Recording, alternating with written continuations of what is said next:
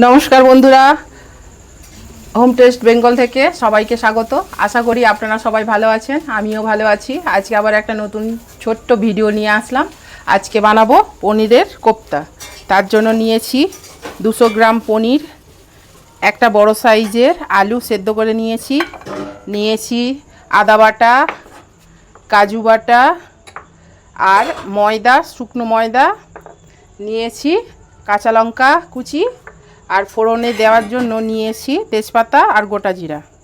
আর এদিকে মশলা তৈরি করার জন্য নিয়েছি একটা বড় সাইজের টমেটো কুচি, আর নিয়েছি ধনে গুঁড়ো, গরম মশলা গুঁড়ো, হলুদ, লঙ্কা আর চিনি।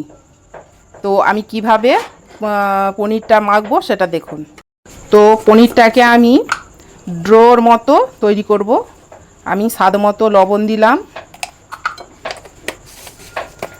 আর লঙ্কাটা যে কুচি করে রেখেছিলাম লঙ্কাটা দিয়ে দিলাম, আর দেব 2 চামচ ময়দা। আপনারা ময়দাও দিতে পারেন বা কর্নফ্লাওয়ারও দিতে পারেন, আমি দিয়েছি ময়দা। আর দেব স্বাদ মতো চিনি। আমি এবার এটাকে ভালো করে মেখে নেব।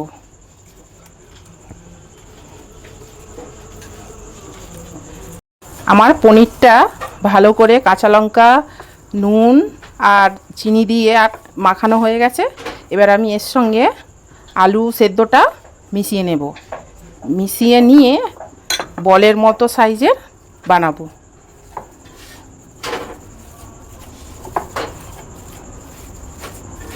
এই রকম গোল গোল বলের সাইজের মতো করে নেব। দেখুন,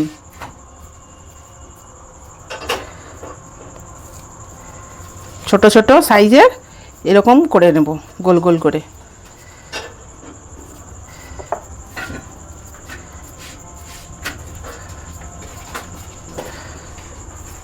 গোল গোল করে দেখুন, মিষ্টির মতো গোল গোল করে বানিয়ে নিয়েছি। এবার এগুলোকে আমি তেলেতে ভেজে নেব। তার জন্য আমি কড়াই আগে থেকেই বসিয়ে রেখেছি। কড়াটা গরম করার জন্য আমি সাদা তেল দিয়ে দিলাম। এগুলোকে আমি লাল লাল করে ভেজে নেব।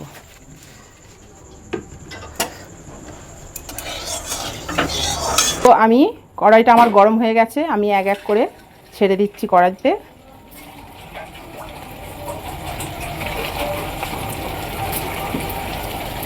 আমি এগুলোকে লাল লাল করে ভেজে নেব।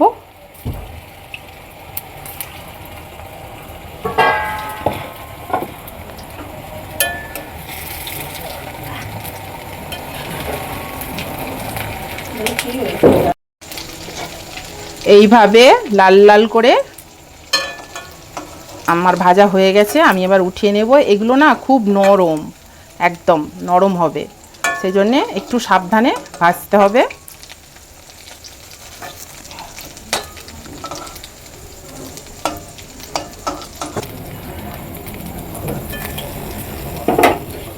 আমি বাকিগুলো এইভাবে ভেজে নেব।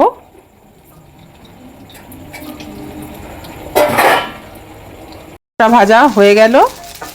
এইভাবে লাল লাল করে ভেজে নিতে হবে। ওই তেলেতেই জিরে, গোটা জিরে, তেজপাতা ফোড়নে দিলাম।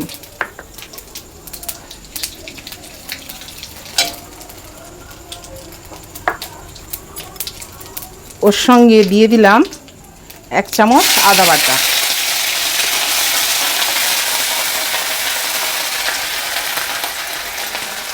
দিয়ে দিলাম টমেটো কুচি।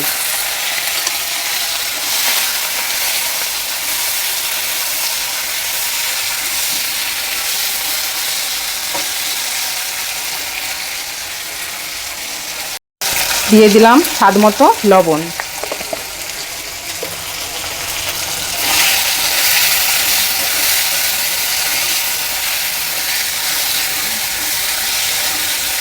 আমি গ্যাসের ফ্লেমটাকে একটু কমিয়ে দিচ্ছি, কারণ আমি মশলাটাকে কষাবো।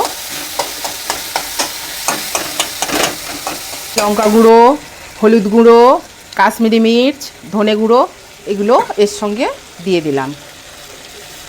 দিয়ে আমি এটাকে কষাবো।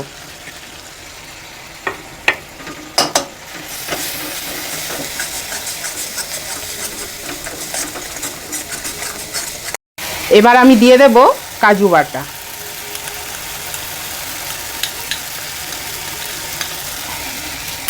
এটাকেও আমি ভালো করে কষাবো যতক্ষণ না তেল ছেড়ে আসছে।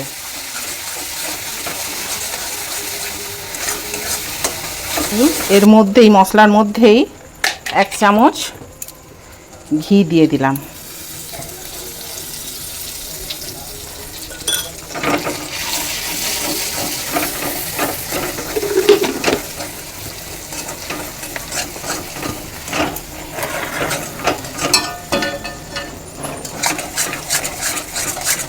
দেখুন আমার মশলাটা ভালোই তেল ছেড়ে দিয়েছে।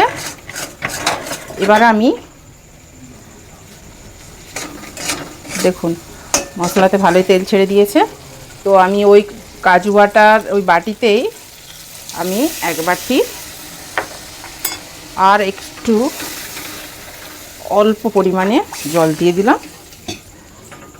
এবার আমি অল্প করে জল দিয়েছি। এবার আমি এটাকে ফুটিয়ে নেব। এটা যখন ফুটে মোটা হয়ে আসবে তখন আমি এই পনিরের কোপ্তাগুলো এর মধ্যে দেবো। এই ঝোলটা একটু ফুলটা মোটা হয়ে এসেছে। এবার আমি এই পনির কোপ্তাগুলো দিয়ে দেব।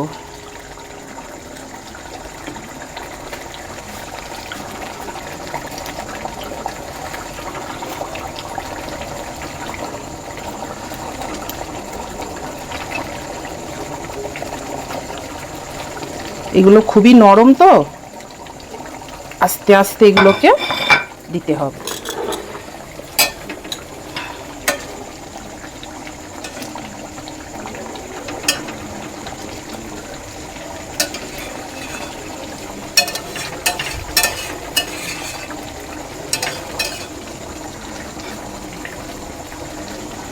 এটা হয়ে গেছে। এবার আমি নামানোর আগে গরম মশলা গুঁড়ো, জিরে গুঁড়ো আর একটু কসুরি মেথি দিয়ে এটা নামিয়ে নেব।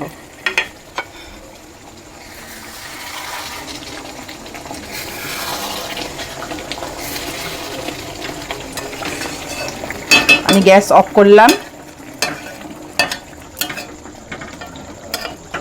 এবার আমি এটা